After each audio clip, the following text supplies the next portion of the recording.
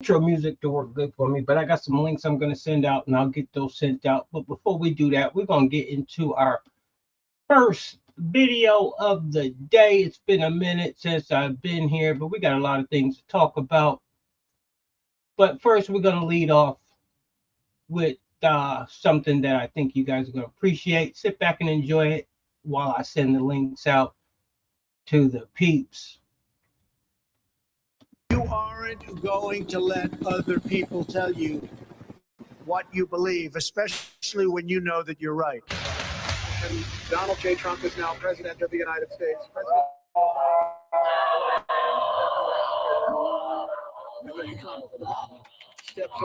the great honor to be able to introduce for the first time ever anywhere the 45th president of the United States. John Roberts, go ahead, John.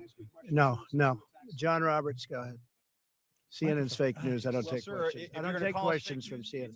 CNN is fake news. I don't take questions from CNN. John Roberts of Fox. Let's go to a real network. And they all said we have a great crowd. We don't have time for the national anthem. I said, yes, we do. We have time for the national anthem, right? And we have a young lady that is going to sing. And I said, what are you doing? She said, well, I was supposed to sing, but they had time because of the television cameras. They couldn't do it. I said, guess what? We're going to do the national anthem, okay? So, Sherry Wilkins, come up. Sherry, come on, Sherry.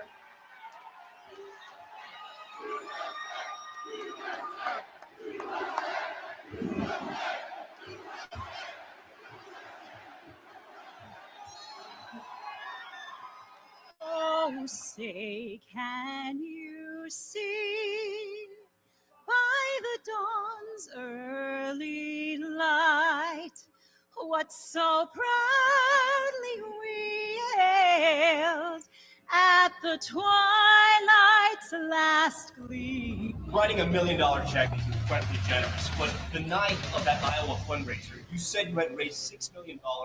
Clearly, you had not. Your critics say you tend to exaggerate. You have a problem with the truth. Is this a prime example? No, I raised almost $6 million.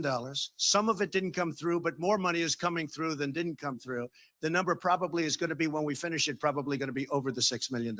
I'm not looking for credit, but what I don't want is, when I raise millions of dollars, have people say, like this sleazy guy right over here from ABC. He's a sleaze in my book. You're a sleaze because you know the facts and you know the facts well. Why you held on to those documents when you We're knew gonna have fun the today. federal government was seeking them and then had given you a subpoena to return them? Are you ready? Can I talk? Yeah, what's the answer? Do you mind? I would like for you to answer the question. Okay, it's very simple to answer. That's why I asked it. It's very simple to, you're a nasty person, I'll tell you. Can you answer why you held on to the documents? I was negotiating and we were talking to... Nasty, Roberta. You're the 45th president of the United States of America. Donald. Never stop fighting for what you believe in and for the people who care about you. Carry yourself with dignity and pride. Demand the best from yourself and be totally unafraid to challenge entrenched interests and failed power structure. Where's your daddy and your mommy, right? Do you want to go back? Do you want to go back to them, or do you want to stay with Donald Trump? Trump.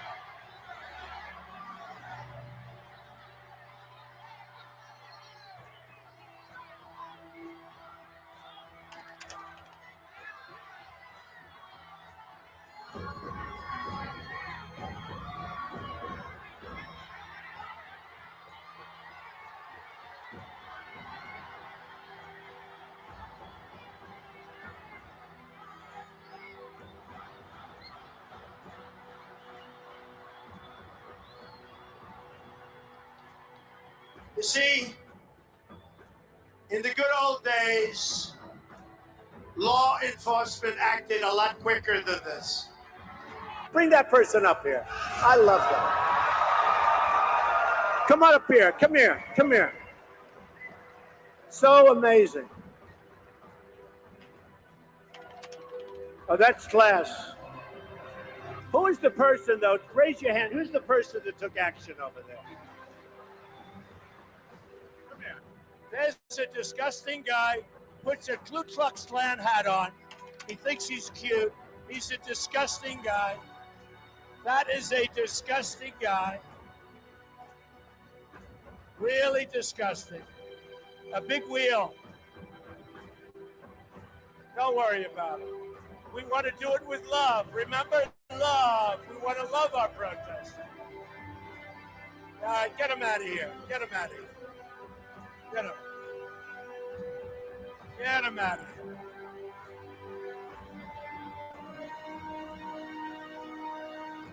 Big wheel.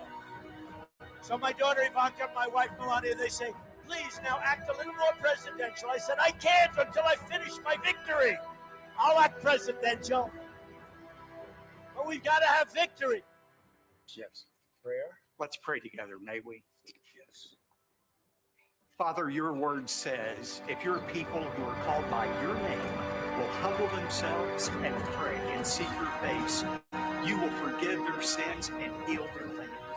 Father, I thank you that we have a President Donald Trump, who believes in the power of prayer. You must go forth into the world and turn your hopes and dreams into action.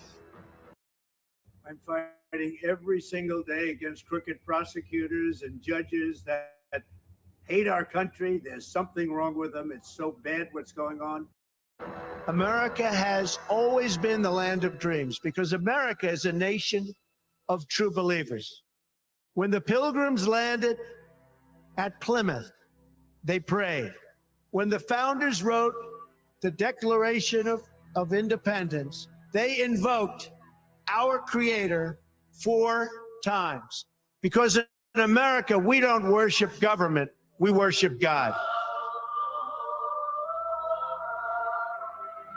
Remember this, nothing worth doing ever came easy.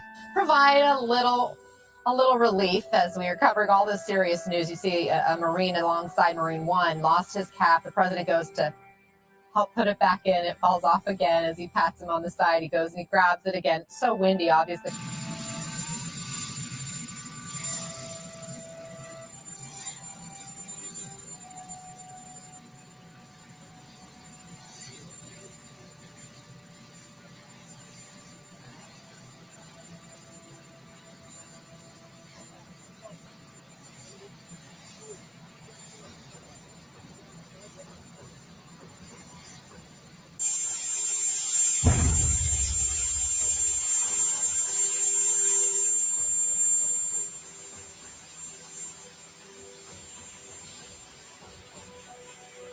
From the helicopter.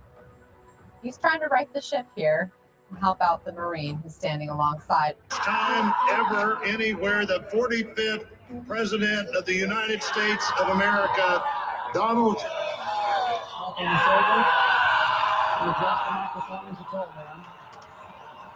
With a gracious aid. I am so sorry to my world. I am so sorry to my world. This is not what we want.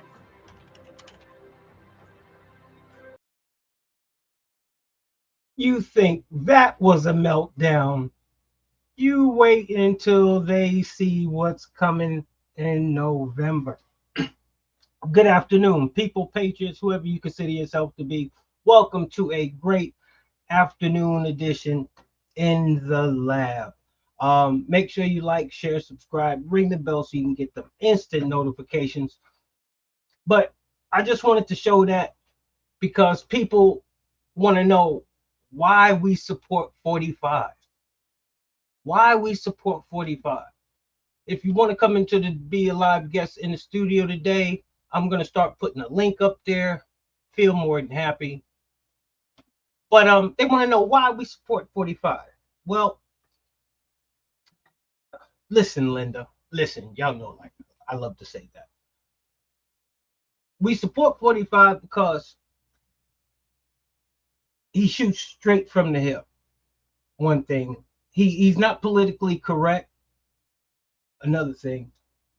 And you know what you're going to get with 45. We are no longer wrapped up into the fear mongering. But it seems that the Democrats are the only ones that didn't get the memo. They still try to push this fear on us about what Donald Trump is going to do, and he's going to get us into world wars, and how he's a threat to democracy, and all of the things that we know we don't see. But for some reason, they just have to come out of the mouth, as they do, with just the craziest of shit. So with the craziness, let's see where we're going to start off with first, because these people have lost their mind. Let's go with Eric Holder. You know that there's an agenda at hand, because they got to see the same thing we see, but they for some reason portray it totally different. Now listen to Eric Holder and how he portrays the people that we know done us wrong, compared to the person that they said is going to do us wrong, but we had a chance to experience what the person really done for us and will do. Go ahead, Eric. Take it away, brother. Disaster, an abomination, an embarrassment. Merrick Garland. A good guy, a good attorney general. He's still got a lot of heavy work in front of him. President Obama. The man. History is going to treat him quite well. A good friend and a great president. President Biden. A good guy, a good president, a person I've known for a great deal of time. History is going to be kind to him, but he's got some really difficult things to do in the next few years. President Trump. A real danger to our democracy, a person who can't become president again. Bill Barr. A disaster, an abomination, an embarrassment. Okay. So, we know what Obama did, and we know what Obama didn't do. Putting the race thing aside, becoming black president and all that stuff, we know what his agenda was and who it was for. It damn sure wasn't for his people. So we can just sweep that myth under the rug right there. We know what Joe Biden is going to be remembered in history for. That's the actual and factual. We know. But they want to portray him as somehow going to be a folk hero in the future. But when it comes to Orange Man bad, he is a threat to democracy. No. We have to focus on the second part. The second part is what they really want. He cannot become president. It ain't that he's a threat to democracy. They know he's not a threat to democracy.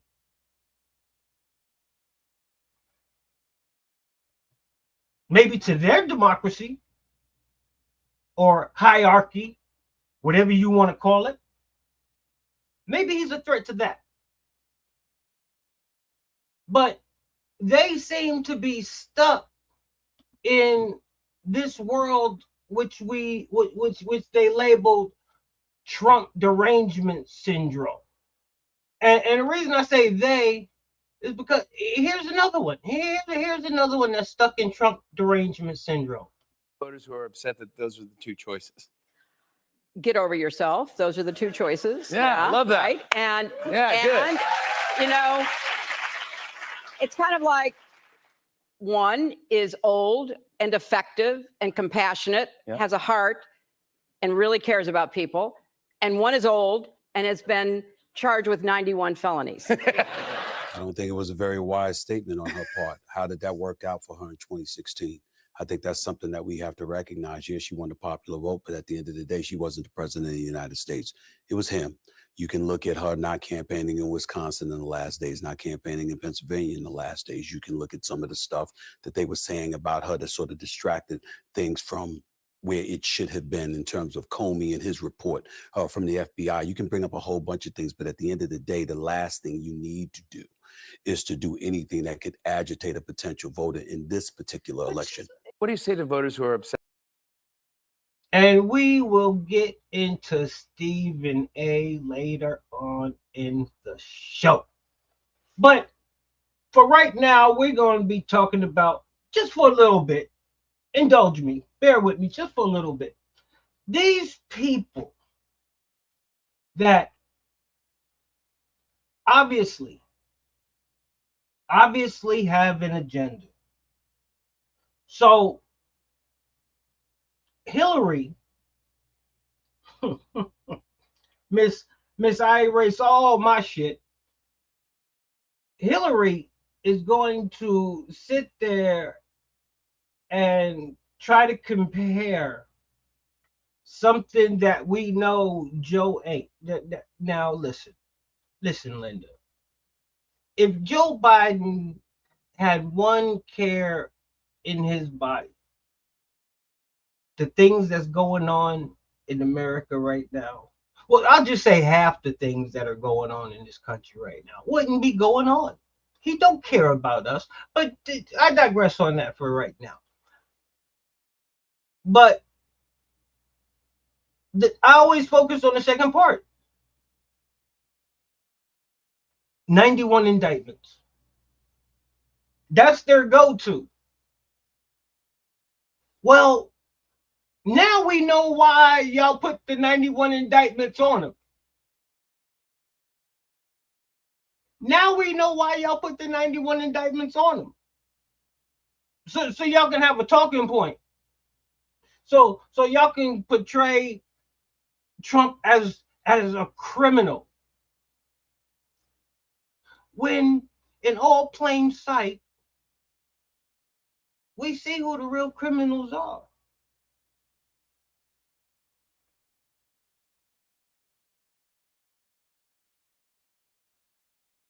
We got the trolls waking up.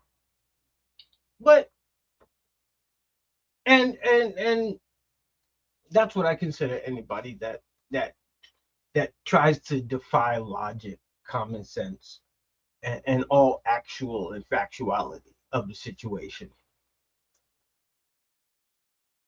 You know, they are delusional.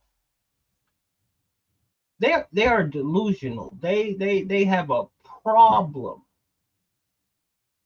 That's what they got. They got a problem. You know, lately, I don't tend to go back and forth with an individual once I think I've passed judgment on you. But in this situation right here, you notice how we just smoothed into a little bit of Stephen A. Smith. Well, see, what y'all got to understand is Stephen A. Smith was basically on the other side of everything he is now talking about. Now, I don't know if he was doing that because he had to do it and he said enough is enough, but I like what he's talking about now. And see, what I love is when somebody don't know something, they go and they surround themselves with people that not only know, but that they feel comfortable enough that they can learn from. Let's go ahead and let's go to the first part, because I love it when I see change. I love it when I see change. So we're just gonna go to this for a minute. With Trump has gotten a lot of people a little bit asking questions. Sure. Okay. So, hey, you know, the Democrats, what you're doing, you know, trying to undermine everything this man's doing, it's not working. You know, you're kind of going through the whole process, and he kind of Biden, all this stuff. What do you think, you know, the strategy that they're doing right now, do you think they don't know that it's not working, or do you think they're convinced it's going to end up working come November 5th, the day we vote? I think they're convinced it's going to work. And I think that they're leaning on the 2022 midterms to buffer their point. You had certain Democrats who were supporting Trump surrogates. I'm sorry, they were supporting these folks and favoring, Trump surrogates during the 2022 midterms. And people were anticipating a red wave that never arrived. You see what I'm saying? And so that's what they're thinking about. The more we put Trump out there, the more we buffer support and augment support for these folks who support him, ultimately it will lead to our victory. That's how they're thinking. And I'm saying, no, not what I'm seeing. I think that he has damn near a cult following. I'm not calling folks cultists or anything like that. I'm just speaking metaphorically about how these folks are in terms of their love, their devotion, their belief in him. And they're not going anywhere. And then you got Hispanics who are supporting him now, according to the polls. You've got more Black folks who are supporting him now, according to the polls. And even though they're swearing that the overturning of Roe v. Wade, along with some of the charges that have been executed against him, that's going to turn off white women, well, we ain't seeing that evidence. And so I'm looking at it from that standpoint, and I'm like, well, wait a minute now.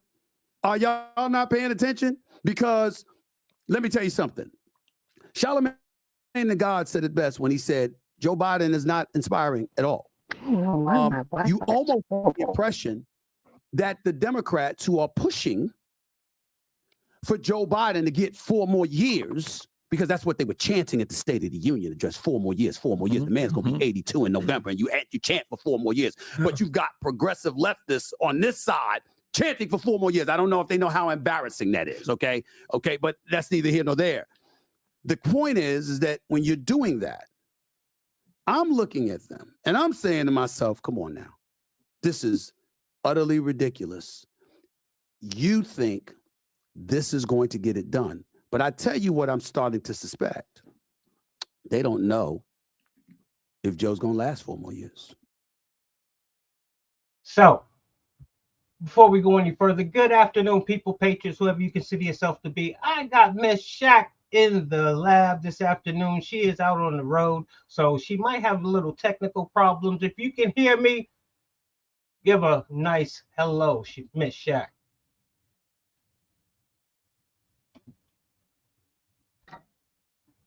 See, I told you. So we know how it works on the road. Tommy Temper, good afternoon. But, you know, Stephen A says the best. Jack, how? Okay, she's going to kick out and probably try to kick back in. But we see where it's going when people talk with common sense. See, because Stephen A can't be on that show, on that panel, talking nonsense. Not with people that will bring you with the actual and factual, and then you sit there and you looking like an idiot. And that's not what Stephen A is all about. Looking like an idiot. Not purposely.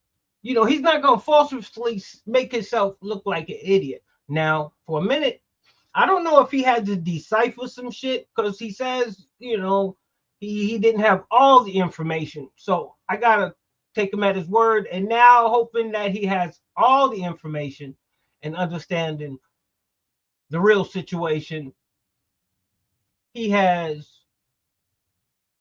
switched his way. He has switched his way of thinking, shall I say. I'm not going to say that he's 100% on with Trump, because that's not the case.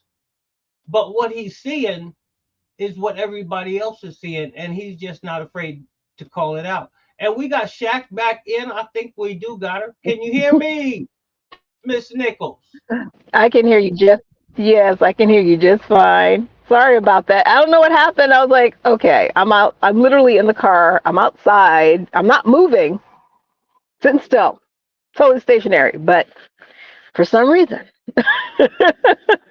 That's okay. That's okay. I'm glad you were able to take time out your busy day and come into the lab and join us for a quick conversation. My Canadian brothers and sisters, they are being made to relocate on the byways and the highways right now. So we will have them in the show ooh, probably for the second half and see what's going gotcha. on with both and them.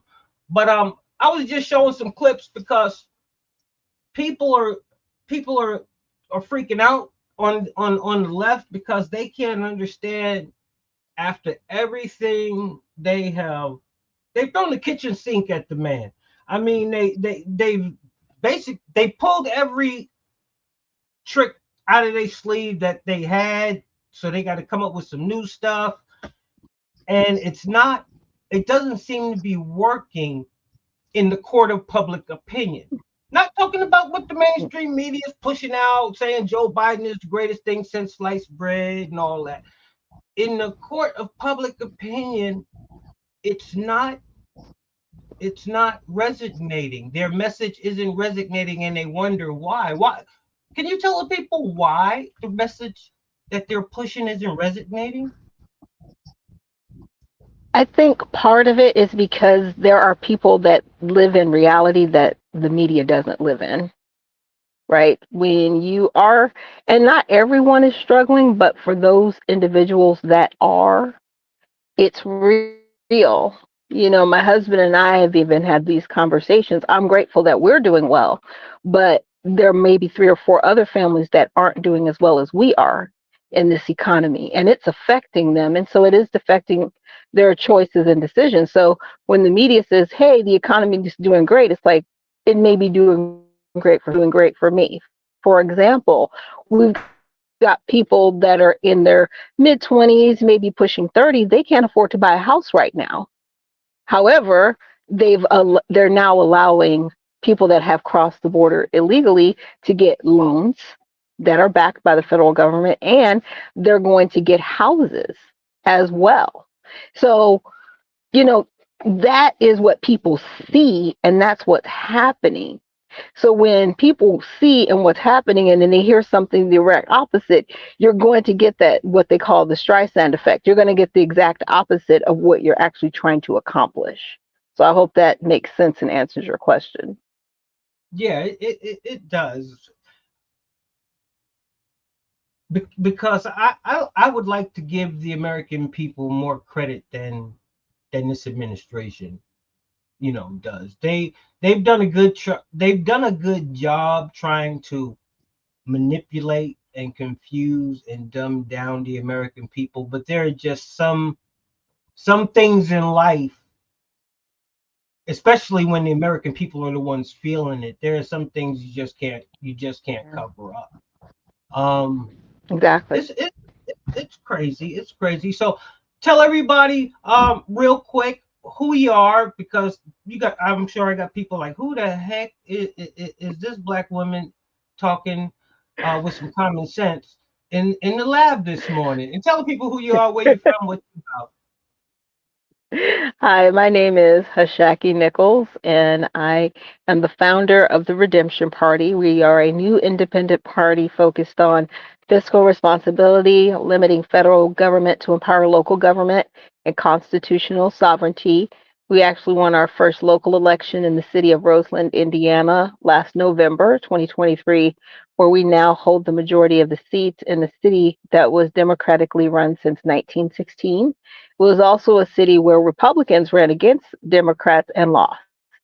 So again, unseated since the first time since 1916. So it took over 100 years, but the Redemption Party was ready and able to do it. And I think it was because individuals and voters out there, they're looking for a change. They're looking for a party that really wants to be about the people and not about the party. And that's really the focus of the Redemption Party. You know, since Again, oh, go ahead. I was going to say again, my name is Hashaki Nichols, and I'm leaving myself open to running for U.S. Congress in 2028. I've been getting, I want to say, different offers to run for other things before then, but we'll see. You know, I was getting ready to say, since I've had the opportunity and the pleasure of being able to meet you, come to find out we travel in different circles, but we know a little bit of the same people.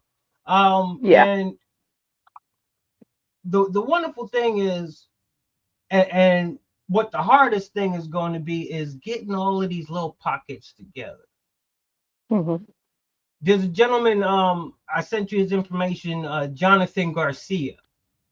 He ran for governor for Georgia, and then he ran for I don't know if it was a Senate seat, but all your young guns, I don't know if they're gonna have an event, because what people need to realize and understand is and I've been fortunate enough to see this firsthand, there are so many young minority conservative groups that are out there. I'm not talking the major ones you see with Candace Owens and Brandon Tatum and all of them people that call out for the big money. I'm not talking about that. I'm talking about local grassroots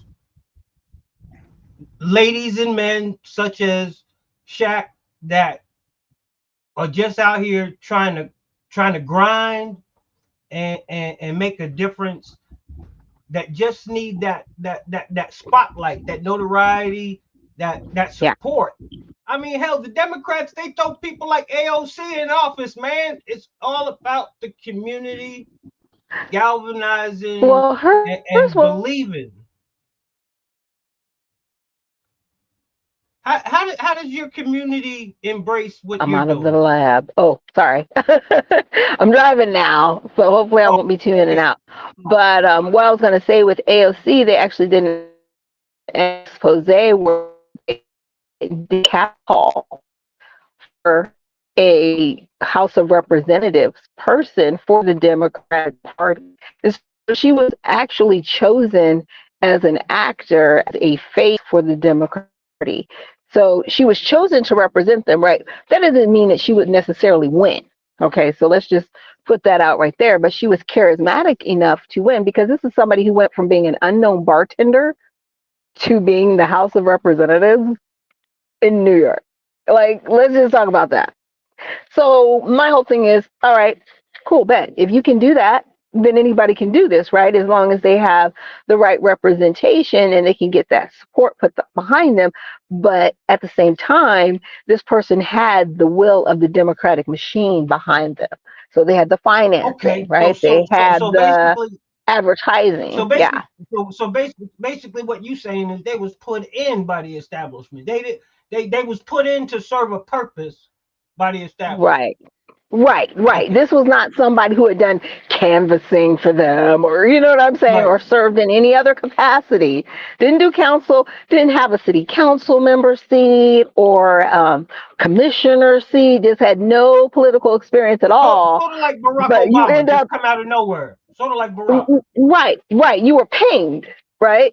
And so a lot of times, when I'm on my run, a lot of people keep telling me, oh, you got to do this, you got to do that. And I'm like, no. If these other people can do it, even if I'm not pinged, I don't have to do that. Like, let's just be clear. I'm running because I want to support the people. I'm not running because I want placement. Does that make sense? Oops. Hopefully I didn't lose you. No, you didn't lose me. Okay. But I hope that makes sense to a lot of people that are listening out there, because that's what I see happening in our political system. We've got people that are being tapped to serve in different positions, but we don't necessarily have people that are striving for these said positions, and then they're being tapped to be placed. Does that make sense? Yeah.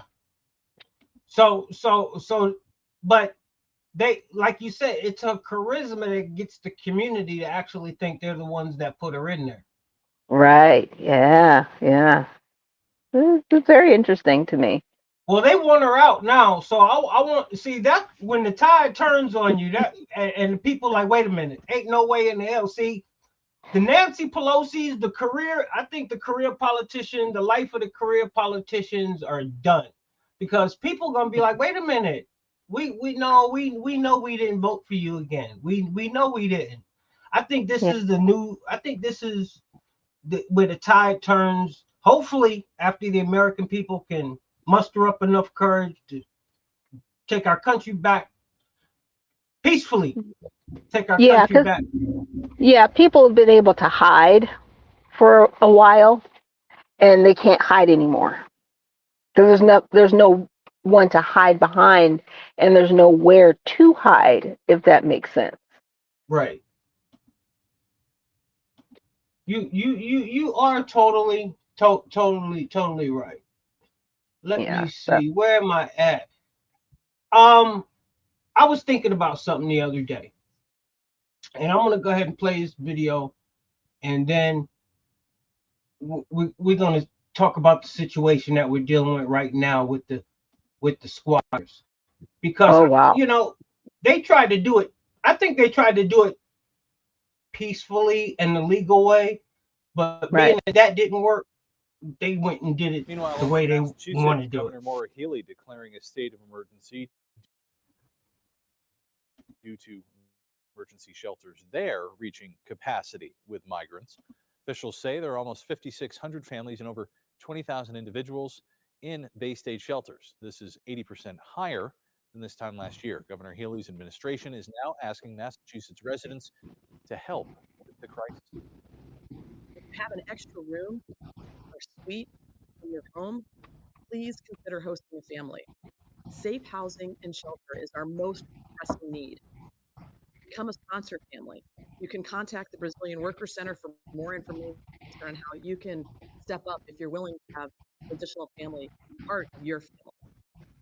In the governor's letter to the federal government on Tuesday, she stated that the crisis is currently costing the state of Massachusetts $45 million per month in programs to assist families.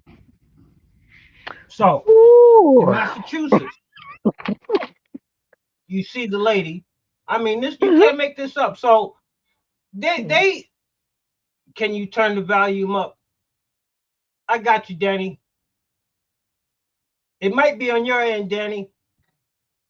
So now they want homeowners to take migrants into your home. I can't remember the last time I heard them say, "Can you take in a veteran? Can you take in Sheila and her two kids, Ashanti and Shanae? They've been living under the underpass outside your Beverly Hills home." But when it comes to the migrants, it seems that they want the homeowners to foot the bill and bring them in. And it's becoming a problem because this is what they want them to take your home. You know how hard it is to get them out once you get them in, and they know this. System buckles over the influx of migrants. Officials coming up with new ideas on where to house asylum seekers. One new idea, the mayor suggested the city could pay people to house migrants in their apartments. Fox 5's Regan Menchie is live in Midtown with more on this creative solution. Good morning, Regan. Good morning there, Dan. Yes, a creative solution, also a hypothetical right now, because if New Yorkers are willing to house asylum seekers, they could earn up to $125 a night. That would be money paid for by the city. This as thousands of migrants continue arriving here in the city every week. The closer we bring the asylum seekers and the migrants to everyday New Yorkers, the easier it will be for them to transition into society. Each week, thousands of single adults and families arrive here on buses from border states, and finding housing for everyone has become increasingly difficult. So Mayor Eric Adams is floating an idea, asking private homeowners to share their space. Those willing will be paid by the city. It's cheaper and it's a good investment for us to go to a family and assist them instead of placing people in large congregate settings or in these emergency hotels. Technically, short-term rentals of 30 days or less are illegal in New York City. So if this is going to be something less than 30 days, they would have to change the existing law. New York City civil rights attorney Ken Belkin says the mayor could issue an executive order to temporarily change laws, which could open up his honor to litigation. And he's already created controversy for previous plans to house migrants, such as housing men in tents on the Orchard Beach parking lot, then Randall's Island, both scrapped amid flooding concerns. Placing migrants in school gyms fell flat with parents and students. And just yesterday, in an exclusive report on Good Day New York, Fox 5 reporter Morgan Mackay explained a new effort. Starting next month, nearly 1,000 migrants will be housed in 50 churches and houses of worship. These faith-based shelters will be open from 7 at night to 7 in the morning. The migrants will then be moved to daytime centers, which will also be faith-based operated, but paid for by the. Okay. This is horrible. Absolutely horrible.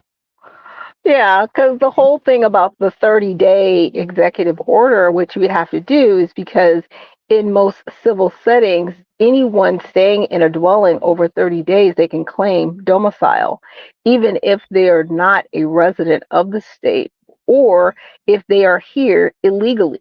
Once they receive mail there, they can stay there as long as they want. Without any formal contract in place, they can claim squatters' rights, right?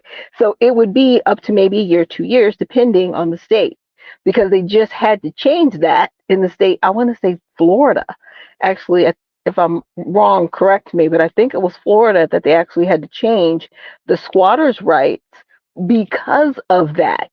Because squatters' rights it's basically common law, right?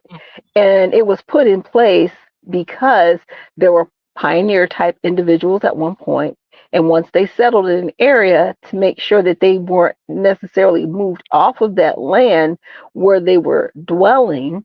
That's what squatters' rights represent at that time, when there were no physical dwellings and people were basically just living off of the land, literally. But now that we have homes, those squatters' rights obviously should be upended, but they're not. Trust me, once somebody receives mail at your house, they don't have to leave if you do not have a contract in place that says that they're only going to be there for a certain amount of time. I think it's horrific that Massachusetts and New York is asking people to do this, because they did this same thing, I want to say like in Ireland or one of the other European countries, and people actually ended up being thrown out of their homes. And the illegal residents that were there got to stay in their houses. That's how this happened. So go ahead. No, you got the nail on the coffin. It's a setup, because they're giving the impression that the situation is going to be handled in 30 days, and they know it ain't. They know. They're setting people up for disaster. And it's wrong. The mayor of Massachusetts needs to be petitioned and removed from office immediately. Same with Mayor Adams. He needs to be petitioned and removed from office post haste, because you're putting your citizens in jeopardy. New York was already crowded before this migrant situation. And I won't say it's always been overcrowded, but they've always had, a bad influx of people and never really a handle on their own, environment from the municipal level before this. So it's only just added insult to injury. There was something that was going viral, and I didn't pull it up, but there's a lady, as we speak, that is literally staying in a hotel because the squatter that was at her house had a Uber receipt from getting meals delivered, Uber Eats or whatever that. Yeah. They had receipts from months ago. Yes. And the judge actually used that stuff. Yeah, as But you give domicile. them a court date. Mm-hmm. And it could take up to 2 years. Yes, sir. So this lady has to pay a mortgage And can't stay in her house. and can't stay in her house. Yeah. It's a setup. It's disgusting. It is a setup. And have the federal government funded is this, oh. But you know who they're letting live in these places? That's the saddest thing. Let me see if I have it here. Oh my goodness. And I don't understand for the life of me why they're letting this happen. Well, they got the border flow and I see why. But this is just insane. Migrants found squatting inside an apartment in the Bronx were arrested on gun and drug charges, but then some were released without bail. Sunday's Briella Thomas said she was live in the north section of the Bronx with more. Briella, what can you tell us? Yeah, Tashani, good morning to you. Well, out of the 6 people freed without bail, 4 of them are out on supervised release. Now, not only were there guns and drugs in this home behind me, all of these illegal activities happened right across the street from a school. Surveillance video shows the moment 3 cop cars pull up to Hull Avenue and East 107th Street in the Bronx. At least 4 NYPD officers are seen running in the direction of a multifamily home and coming back into frame with several people in handcuffs. The raid resulting in 8 arrests and the confiscation of weapons and drugs. Police say suspected migrants were illegally taking up residence there. The problem is that they were squatters. Alfred Munoz believes the group was living next door to him for 6 months or possibly even longer. There were a lot of people, a lot of young people, a lot of motorcycles.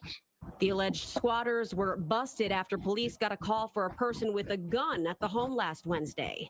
Upon arrival, responding officers found a 24-year-old man armed with a pistol and chased him into the basement apartment. He was arrested along with 7 other suspected migrants, including a 22-year-old man who tried to run off with a weapon. According to a complaint filed in court, a search at the home turned up even more guns, ammunition, and cocaine. They were a nuisance to the neighborhood. The 8 suspects face gun, drug, and child endangerment charges. All but 2 of them were released without bail, something that has neighbors sleeping with one eye open. So, if you don't give up your home voluntarily,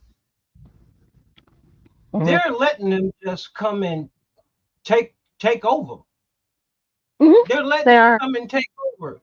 Now here you have 6 individuals. 8 individuals. 8, right? Arrested. 6 of them were let go. Guns, drugs, right, and a 7-year-old.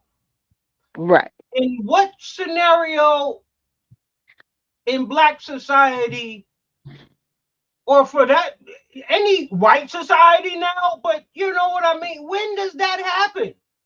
It doesn't, because let's just keep it real. If this was Black society, there would have probably been 8 body bags, right? They might have let the 7-year-old live if the 7-year-old didn't get hit by a bullet. Okay, white society maybe have, but nobody's leaving prison without bail, right? But you're gonna let 6 of these individuals that were accessories to a situation free, as if they're not going to go and commit further crimes. They're already involved in illegal activity. They need to be immediately deported. There's no stop and go, because our tax dollars, again, are paying for someone to be housed until they get, you know what I'm saying, go on their court date. Those 2 individuals that are in jail. The other 6 individuals, now we don't know where they're going to be. What if they leave New York and go to another state? Because they're not tracking these individuals. And who are and that's a problem. How dangerous exactly. How are they? Right. We don't even know. It might be the innocent ones. Right, exactly. Exactly. They can speak English just well enough, right? They kept grandma and the little sister. They ain't gonna tell you if they was male. They kept grandma and the little sister and let the 6 dudes go. Yeah, they're creating a scenario that they'll have people begging for a solution that's worse than the problem. I need everybody to hear me. They're going to have people begging for a solution that is worse than the problem that they've caused, because they already have the National Guard in the subways in New York. Who are they going to call in next? Are they going to have tanks going down the street? This is and was avoidable. This is avoidable. You stop taking people in. You stop them at the Mexican border. This is my idea. We need to stop giving Mexico any funding unless they shut their border down. If you keep allowing people to come through your country into the United States, you're not getting any funding. And as a matter of fact, we're going to send everybody back to your area, because we don't even want to afford to send them back to their countries. And if we catch them, they should no longer be allowed to come into our country in perpetuity with their children. You can't come visit. They can't go to school here. They are no longer citizens. They've lost all right to citizenship, as well as you. That's where we need to be at in this country, and just stop it immediately. Trust me, there would be some people that wouldn't even test it and come here. But they're not laying down the hammer, and it's because they set aside $12 trillion for this nonsense. You can look it up under the Appropriations Act of 2021. When we were all at home, watching Netflix and wonder what was going to happen next, they passed a $12 trillion set aside for what we see happening right now. Right. And do we know how much worse it's going to get? We don't know. But we need to stop looking at the people that are here, right? Because we need to deal with getting them back to their home country. But we need to look at the politicians that are allowing this and not reelect them. And I was talking earlier about the different communities of color on the local level that are really trying to do their part and bring forth a new way of government, to where it's back and fair, and it stays accountable for the people. I love it. I showed some clips of Stephen A. Smith, who used to be, I hated him. I loved him and I hated him. Now I'm starting to love him again, because he's at the crossroads, but he's made a name for himself. So now he can be who he really wants to be. He can embrace his Stephen A-ism, and he's finally come back home. And I don't care if he's not fully embracing Trump. The reality is he sees what's going on, and that's all I've ever cared about. And he said he definitely not voting for Biden. So he either don't vote, which makes it our job a lot easier, because there's millions and millions of people waiting to vote for 45, or he just go ahead and say, you know what, I'm all in. Let me go ahead and make sure I'm a part of the solution and not part of the problem. And now I don't want to say it, but I got to say it, because I'm that type of person. I give credit where credit is due. Charlemagne, not the God.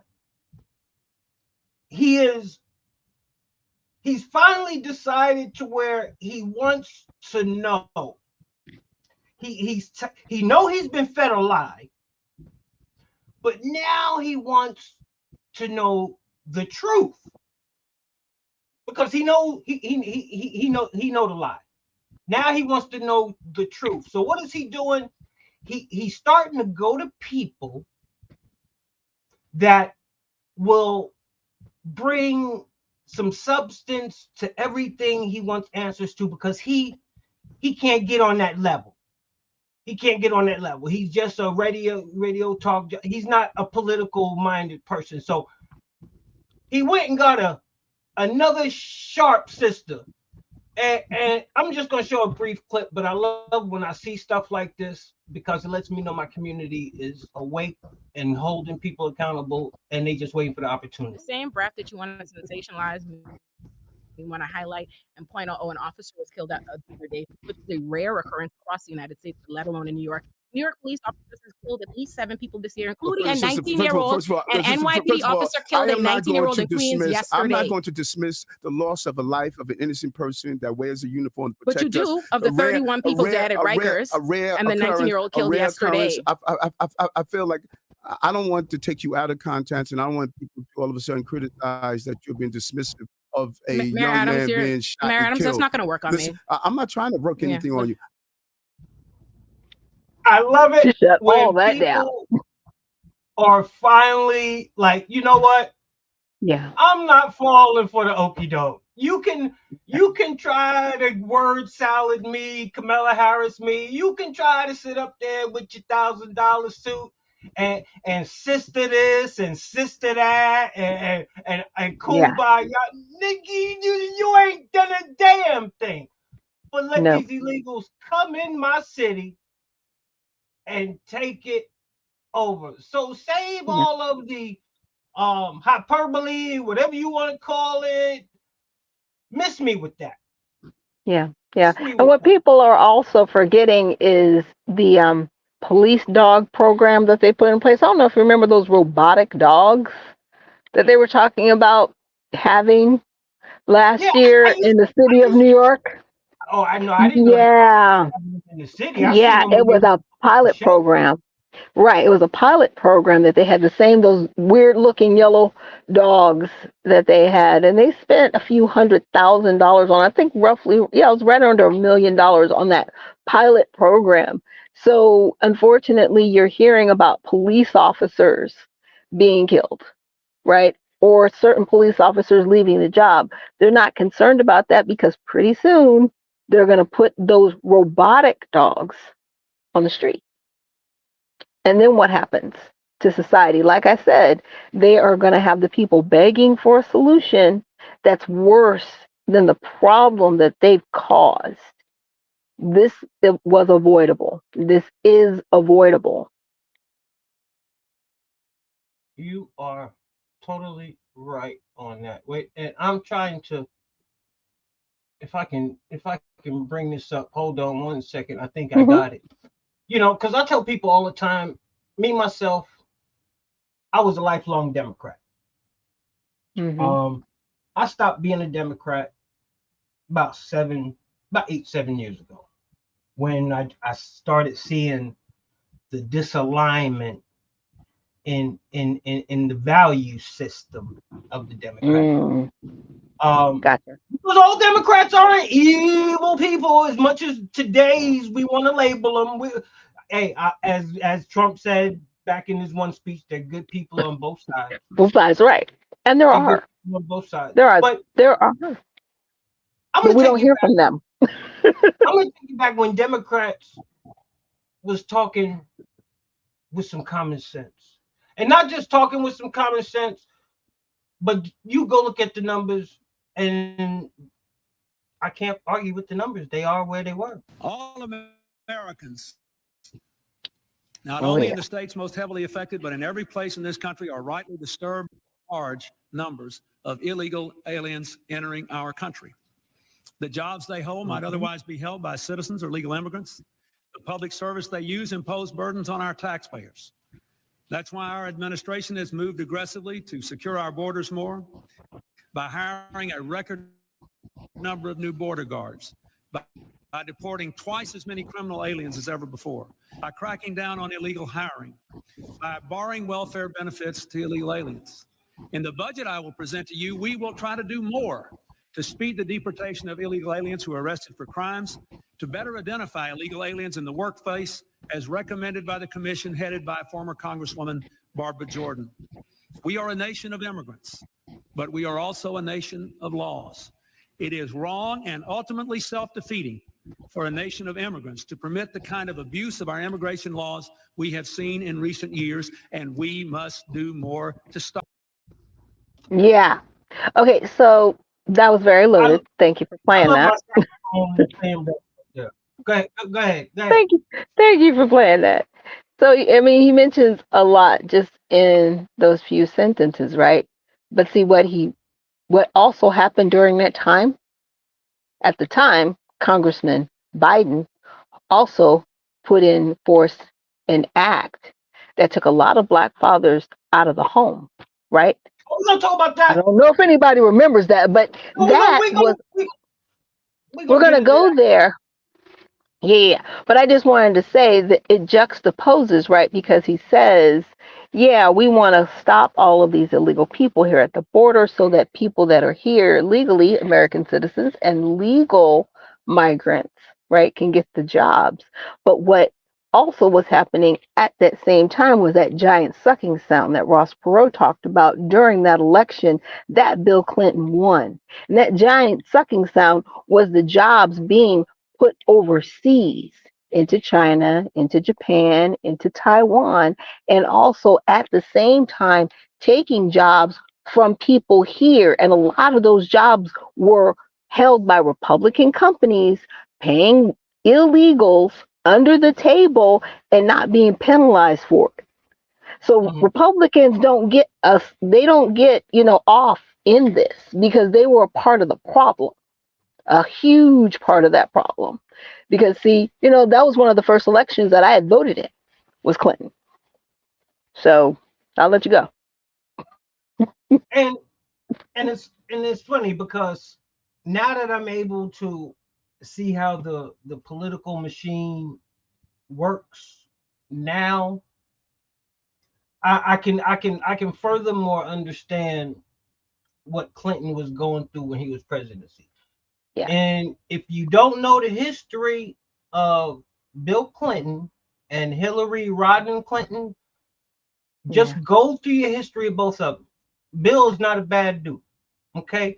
Bill was damn near raised black. Nannies was black. Bill was damn near raised black. And it shocked me when I found out that he was hard to the core.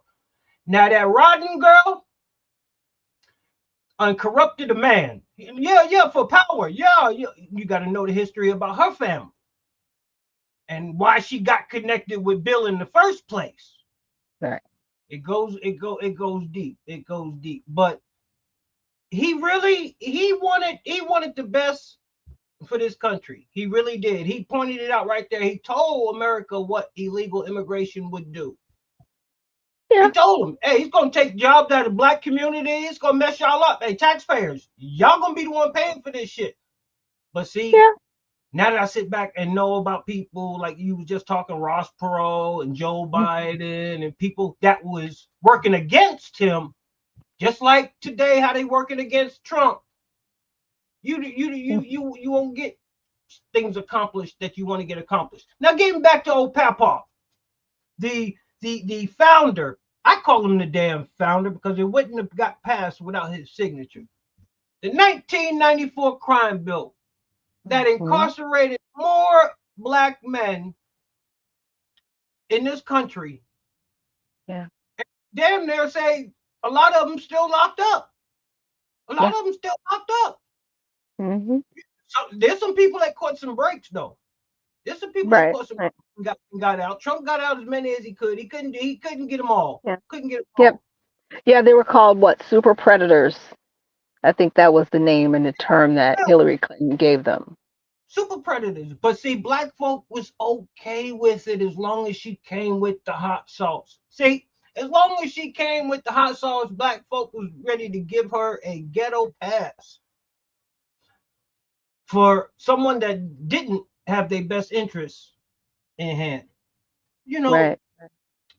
These people have been exposed for what they are and who they are. Very true. I don't know where it goes from here because when you're in uncharted waters, you're in uncharted territories, you don't know what's going on. You don't know what's going. you know what not to believe. Right. You know not to believe these evil people, anything that is coming out their mouth. But Yeah. I'm going to get ready to land this because, oh gosh, I've kept you for an hour. Your signal's been great, and I appreciate you carrying the show. But, you know, there's no easy way to say this, because if it comes out to be actual and factual, which a lot of historians that I've been following are saying that it's getting ready to come out and be actual and factual. That's why you don't hear about it on the mainstream media. Black America, you know, when they say, that's my Trump train, I get one. Oh yeah. Oh yeah. Sometimes I go sit out there and see if I see any illegals up between the cars and stuff like that. Hey, I jump in my car and follow. I get on it and follow it down to the next stop and give me an interview. But what if they really stole our identity when they took us from the motherland after our own people sold us out? Mm. Damn, they just didn't. The white man just didn't go and land on it. No, we got sold out by our own people. That's what money do. That's what gold, they ivory, whatever they promised them, power, whatever they promised them. Right. Them out. And people have always been saying, well, you know, they took our identity, they took our language, they took this, they took our religion. Well, recently, Vladimir Putin in Russia. I don't know if I don't know if they're gonna shut me down after this video or not, because they might try to hit me with a disclaimer. So I'm just letting you know before I show this. Okay. But Vladimir Putin, who has, in my opinion, no skin in the game, has decided for some reason to open up a vault that was thousands and thousands of years old. And people can only, if you're an artist, you can only paint what you see. Right. And before I show this, I want people to understand what this artist painted, what he allegedly saw, had nothing to do with his country, because there are really no black communities and no black people in Russia. We're here in America. So what skin would they have in the game revealing what I'm about to show you? Without further ado, you know, I just bring it to you and I let you be the judge and I let you decide. And yeah, this is just the tip of the iceberg. Mary and his people black or white? This has been a long debated question. Europe has always tried to depict Jesus as a fair white man with blue eyes, long blonde hair, and tall height. This was further strengthened by paintings from the 15th century, where Jesus appeared much like a typical European man. But does this prove Jesus was white? Well, not necessarily. The recent 14th and 15th century paintings revealed by Russia prove that Jesus was not white, but black. He, his mother, and the people around him were all black. That's a groundbreaking revelation, questioning why Europe depicted Jesus as white until now. So, what have we found in the centuries-old Russian cellars and vaults? What people have been shown in the paintings found in these vaults that completely change biblical teachings? Let's know about that in this video. Recently, news surfaced that Russian President Vladimir Putin has ordered the relocation of one of Russia's most sacred icons from a museum to a Moscow cathedral. For centuries, these paintings remained locked in vaults, but now, the world has the chance to observe them. This fundamentally changes our understanding of Jesus, his mother, and his disciples. These paintings are called the Russian icons, which are collections of hundreds of paintings depicting Jesus' era and his life. In Russian icons, Father Vladimir Ivanov explores Russian iconography in depth, offering insights into the history, symbolism, and spiritual significance of these sacred artworks. Authored by a distinguished expert in the field, Father Ivanov presents readers with a comprehensive overview of Russian iconography, covering various aspects. However, even if the artworks show various instances, they have one similarity. They show Jesus, his mother, people, and even angels as black. Father Ivanov discusses the artistic techniques used in Russian icon painting, including the application of egg tempera paint, gold leaf, and traditional iconographic methods such as hieratic composition and stylized forms. Examining the role of icons in Orthodox devotional practices, including veneration, processions, and their use in private and public worship, the book illuminates the profound impact of icons on believers' spiritual lives. Some of the paintings even depict the pre-Jesus era. For example, Andrei Rublev's Trinity illustrates the biblical story of three angels visiting the patriarch Abraham at the Oak of Mamre, as described in the book of Genesis. Within Christian belief, this event represents the Holy Trinity, Father, Son, and Holy Spirit, revealing themselves to Abraham as three guests. However, there is something shocking in this painting. The complexion of all those present in the painting is dark and black. A famous painting, Savior in a Golden Riza, typically features an icon portraying Jesus Christ adorned with a golden riza. In Orthodox Christian tradition, a riza is a metal covering or frame that embellishes an icon, often made from gold or silver. The primary focus of the painting is Jesus Christ, depicted in the traditional Orthodox iconography. He is commonly depicted with a halo around his head, symbolizing his divine nature. His facial expression may vary, often conveying compassion, serenity, or solemnity, reflecting his role as the savior and spiritual guide. Okay, that is about an hour and 45-minute documentary that just got released on YouTube. And for anybody who would like to just do your own research, I never find I find it very seldom that I'm at a loss for words. Okay. I'm But a not lot of it makes sense. Yeah, and I'm not a conspiracy theorist. Yeah. Why did Vladimir Putin pick now? Because well, we would say now we're in spiritual turmoil. It's time. It really is time to have people's hearts settled and see truth.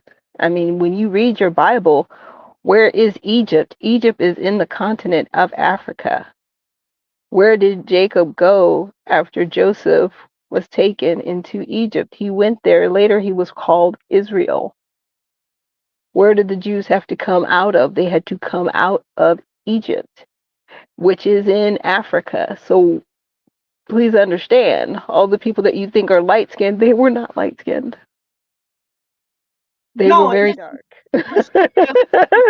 Geographically, I mean, it's in our Bible. Like, let's keep it 100. Really? I try to stick with the actual and the factual, and if it leads me where it leads me, Yeah. I'm not, and don't get me wrong, it ain't like I'm here waving poms and shit like that. No, this ain't a okay. There might be a chance that it might be a black saying, and I'm all no. This is an educational lesson. It really is, because just like Shaq was just saying, you have to really just use common sense and think of the geographical location of where things, even to this day, look at them, I ain't gonna call them black, but they dark skinned folk. Them people fighting over there with Israel and Hamas and them. I don't see no white hair, no blue-eyed, blonde hair people running up and down the streets up over there. I'm just keeping it a buck. Yeah.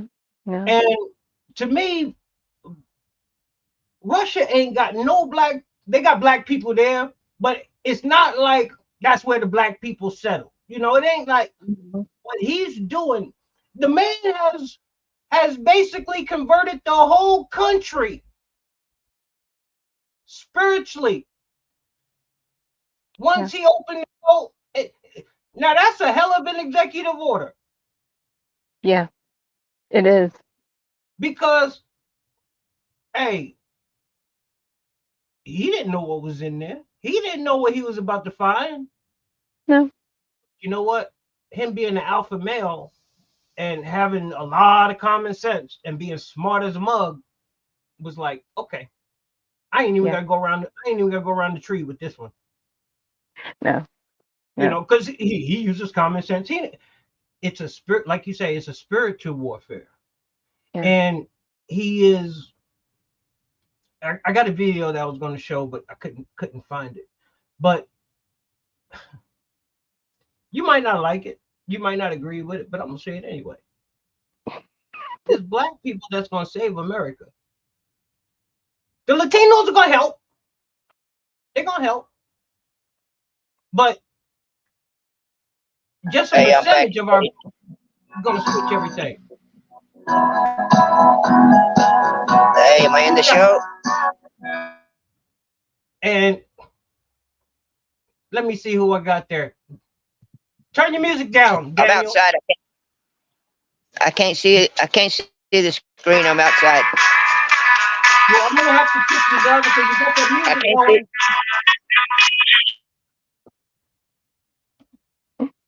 And I got about 5 more minutes. Well, so. hey, I appreciate you coming in here today. And nope, can't let him in. And it was an awesome show.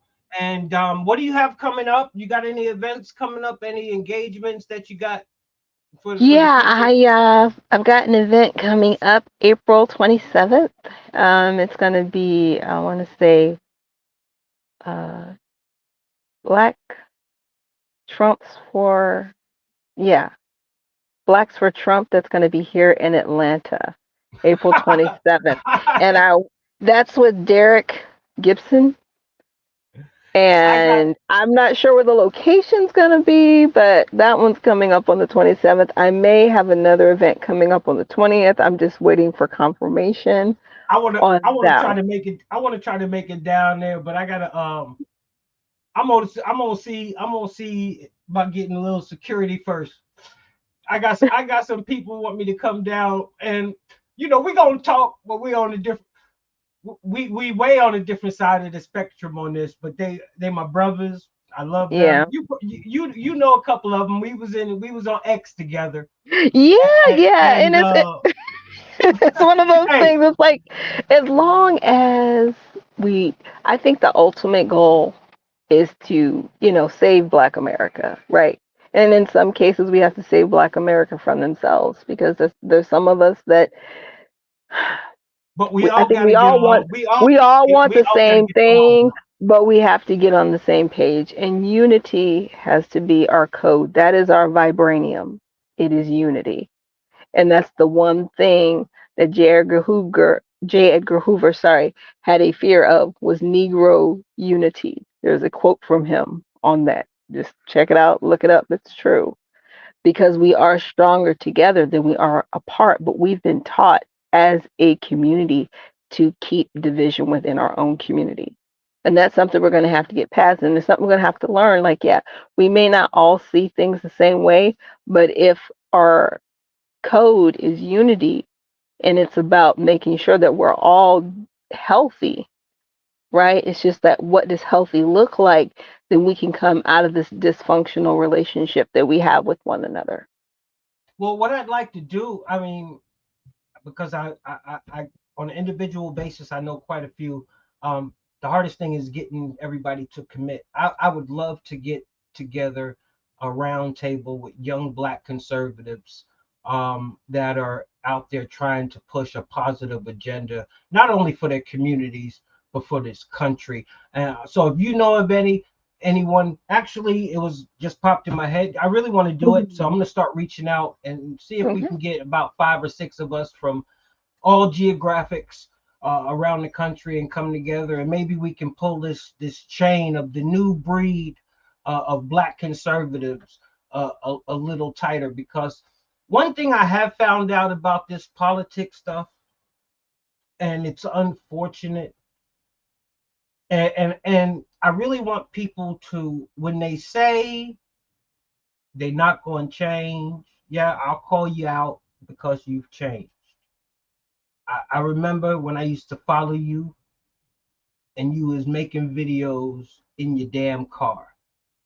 And now you think you're too big to come out without getting paid $5,000, $10,000 to pop to come and talk about the shit that's going down. I ain't gonna mention no names. Y'all know who y'all are. Because the only time I see you is when you are on YouTube now. But I remember your asses always used to be sitting in your car, talking on your iPhone, and now you're too big to keep communicating like a regular person. I ain't gonna call no names. Y'all know who you are, because I only see you on YouTube. But you know, no matter how far you go, I got your back. Patriot Nation got your back. Stay in contact. Stay in contact. Because you go in places. You go in places. God, Lord willing, you go in places. Don't forget about the small people. I tell all my future famous politicians, don't forget about the little man, because I keep all the videos. I keep all the. Hey, girl, I appreciate you taking time out today. No problem. Have safe travels. Until the next time, hey, God bless, my sister. Okay. All right. Thanks so much. Bye, guys. So, you know, it's always good when you can get somebody that is in the game, that's grinding out there for America, and keep following her and keep supporting her, because that is the future. So, with that being said, I think we're gonna call it a wrap, because I have nothing else to talk about. So, from your man in the Patriots Lab, thank you for joining another great Wednesday break conversation. In the meantime, in between time, until next time, deuces. I am out.